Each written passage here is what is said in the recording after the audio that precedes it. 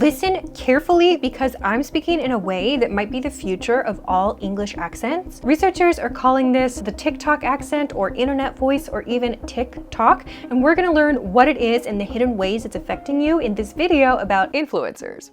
In between all their blatant attempts to get you to feel consumerist FOMO and poke at your personal insecurities, there's another kind of influence that's working on you indirectly, and you're probably not even aware it's happening. The way you communicate is also being influenced by the content you're exposed to, from your words to your speech patterns to your gestures. Let us discuss. First, let's look at the problems with influencers influencing our communication. Because drama gets clicks on the internet. As you'll soon find out, all of this connects back to the internet voice I talked about at the beginning. Some of you have likely noticed by now that there are some things that are flat out wrong that get swept up in online trends. This can include misspellings or misunderstandings of words. Take, for example, the now ubiquitous misuse of the initialism POV. POV stands for point of view and is used to introduce a perspective on something. An initialism is an abbreviation you pronounce by saying the first letters of each word separately. Anyone who's ever played a first-person shooter video game or racing game is likely instantly familiar with the concept of a POV video.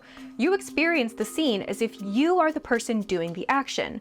Contrast this with the popularized POV-type videos online, and you'll notice that these videos rarely feature an actual first-person perspective of a scene. Rather, it's just a scene where the creator or influencer acts out the situation, and they're the featured actor in the situation. Or perhaps you've noticed lots of common spelling and grammar errors. While it's true that some people just aren't so great with spelling and grammar to begin with, and people learning English are absolutely not part of this criticism, there is a lot of speculation that there's another reason for improper uses of language: engagement. Putting a spelling error or like a weird emoji or an incorrect grammar choice in a post has the curious effect of like a boatload of people coming into the comments to talk about how dumb you are, and they want to fix the error, and then that leads to more engagement, and then the post gets shown to more people because the algorithm likes posts that have lots of action going on.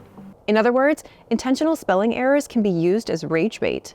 If this idea makes you feel sad for the fate of our languages going forward, join the club. But posts that use POV, whether correctly or not, are examples of one of the other fun ways that content creator culture has warped our communication: content categorization. When we launch a piece of content into the void of our favorite social media platform, in order for it to do well, our audience needs to be able to categorize that content easily in their brains. We've trained ourselves to do that and trained our successful influencers to do that by using certain keywords and phrases. In a BBC article about these topics, University of Edinburgh researcher and sociolinguist Christian Ilbery provided examples of this kind of categorization, saying that if someone wants to share about their diet in a short video online, they'll make sure the text "what I eat in a day" is on the screen, and the narration begins with that. If someone wants to share about important cultural items in their Mexican family's household, they say, "things in my Mexican family home that just make sense." There are certain little words and phrases like these that we have consciously and subconsciously started to use that help us to categorize content before we even begin it. When content does not start in this way, our brains have to work a little bit harder to understand what's going on, and that can frustrate people and make them not want to watch your thing because it's harder to understand immediately. Our brains like categorizing things, and these little key phrase and image hooks, like memes, make our brains happy, so influencers and creators use them, and there are tons of them. Think about words like unboxing, haul, and OOTD, for example. Chances are that if you've seen a tech review, a makeup tutorial, or a fashion influencer, you can immediately think of a visual reference for any one of those. Those are all types of subcategory in your brain that nobody had to teach you, but that influencers now use to very quickly get you to understand what's happening in their posts. And this is not to say that this type of categorization is bad. It's perfectly fine to use these types of categorization. It's just that it's also interesting to note how we've created different subgenres of information and now call on our existing knowledge of those subgenres to understand content and decide if we like it and want to consume it. These same types of categorization have even helped us to introduce new ideas and new trends.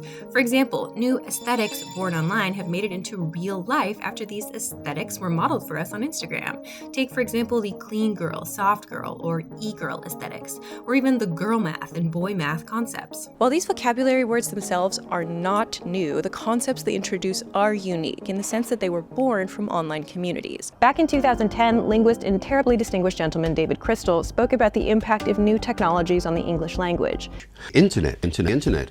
English, English, English. And he noted that while we have new vocabulary words to talk about the new features and capabilities we have in our lives, overall the vocabulary we use and the grammar we use online hasn't changed much. I would argue that this is perhaps no longer the case. There are now instances where, in order to circumvent censorship rules on TikTok and other platforms, people come up with new ways of saying controversial words or words that might get their video demonetized. For example, on TikTok, if someone wants to refer to a person taking their own life, they might choose to say unalive instead of an alternative.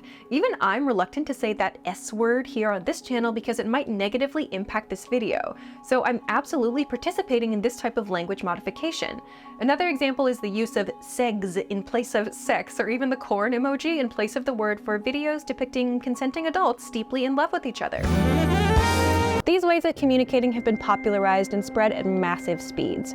David Crystal notes that while sharing of information has always been the way that languages evolve, the internet has accelerated this process. Julie Coleman, author of The Life of Slang, suggests it's something that has historically taken years to have an effect on a language, but these days it might only be a matter of weeks or months before a new word or phrase rises to the top of the trend pile.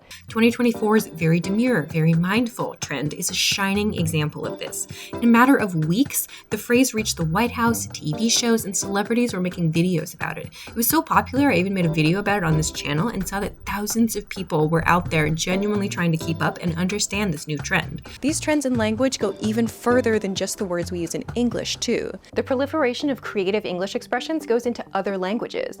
For example, one Indonesian research paper notes that Indonesian social media users usually prefer to write their captions in English because it allows them to present themselves in a certain way. Discussions from people from all around the world note that certain English words have started to appear in non-English languages because some memes and word trends are so far-reaching. The same is also true in reverse. There have also been trends where words from other languages become popular on English language social media. Christian Ilbery, the sociolinguistic researcher in the UK we talked about earlier, notes that people can adopt certain types of speech online to assume a certain kind of digital identity and present themselves in whatever sort of persona they choose.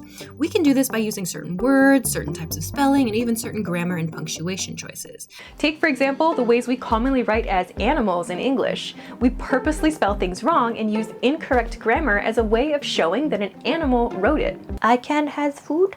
Food when? Even early internet language itself has morphed. Take the English LOL, which originally stood for laughing out loud. These days it can be used as a marker of sarcasm or even as a way to soften a message or to try to make an awkward exchange more lighthearted. LOL has transcended mere laughter and has taken on a life of its own, often acting as its own sort of online punctuation mark. Now that we have all that context, finally, let's talk about that TikTok voice I mentioned at the start of the video.